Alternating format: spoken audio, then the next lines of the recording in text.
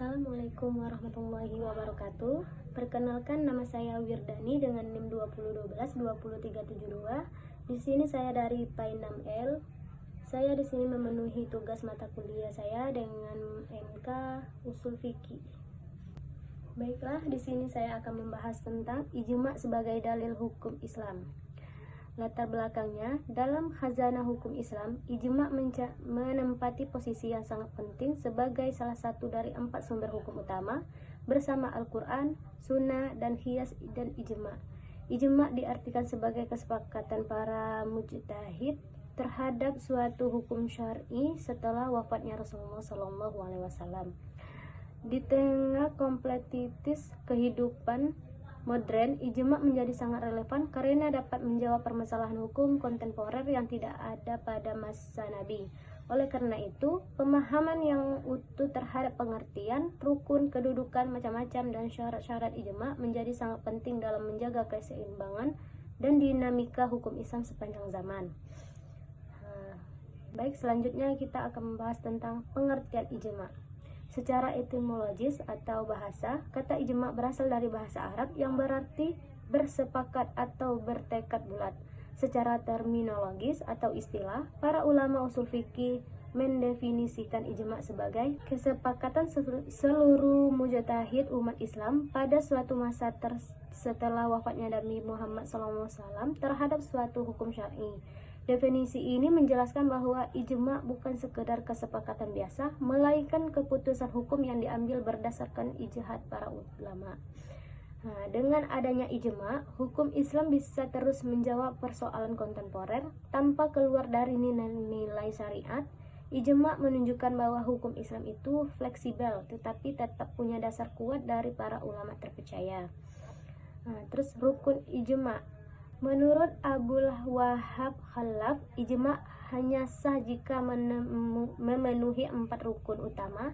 Yang pertama, adanya para mujtahid. Harus ada lebih dari satu mujtahid dalam suatu masa. Jika hanya satu atau tidak ada sama sekali, maka ijma tidak sah. Yang kedua, kesepakatan semua mujtahid. Semua mujtahid harus setuju tanpa membedakan asal atau kelompok. Ijma batal jika ada perbedaan pendapat. Yang ketiga, pernyataan pendapat melalui ijtihad.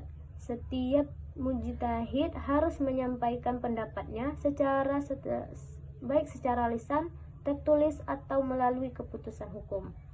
Yang keempat, kesepakatan mutlak tanpa penolakan. Jika ada satu saja mujtahid yang menolak, maka ijma tidak dianggap sah meskipun mayoritas setuju.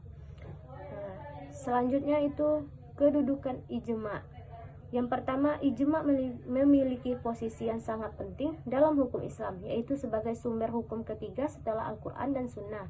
Ia bukan sekedar pelengkap, tetapi bukti bahwa umat Islam tetap bisa menetapkan hukum secara sah meskipun wahyu telah terputus. Yang kedua, hukum yang ditetapkan melalui ijma bersifat qat'i atau pasti dan wajib diikuti. Menolak ijma bisa dianggap sebagai penyewengan dari ajaran Islam, karena ijma mencerminkan kesepakatan para ulama terhadap kebenaran syariat. Yang ketiga, dalil dari Al-Quran. Quran surah An-Nisa ayat 115 dan hadis Nabi Muhammad SAW mendukung kedudukan ijma sebagai bukti kebenaran kolektif yang dijaga Allah dari kesesatan. Dan yang terakhir, selain itu ijma juga menunjukkan fleksibilitas hukum Islam dalam merespon tantangan zaman tanpa menyimpang dari prinsip-prinsip syar'i. Dengan demikian ijma menjadi penyangga utama keberlanjutan dan kestabilan hukum Islam sepanjang masa. Baik, selanjutnya jenis-jenis ijma. Ijma dibagi menjadi 2 jenis utama, yaitu ijma sahih dan ijma sukuti.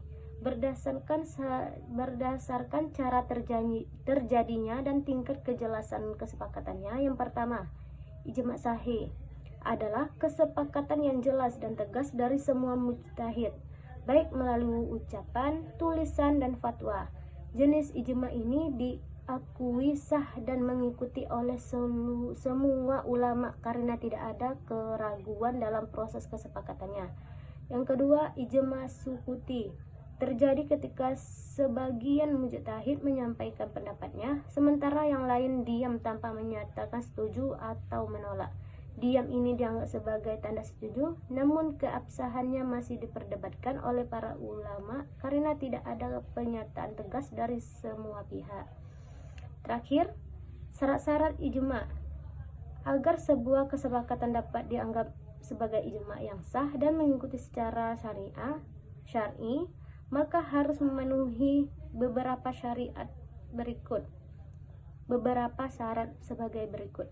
Yang pertama, disepakati oleh seluruh mujtahid yang hidup pada masa tertentu, bukan hanya sebagai atau ulama biasa. Yang kedua, objek kesepakatan harus tanpa hukum ijtihad, yaitu persoalan yang belum dijelaskan sebagai qat'i dalam Al-Quran atau hadis mutawatir. Yang ketiga, terjadi setelah wafatnya Rasulullah SAW, karena selama wahyu masih turun tidak ada kebutuhan akan ijma.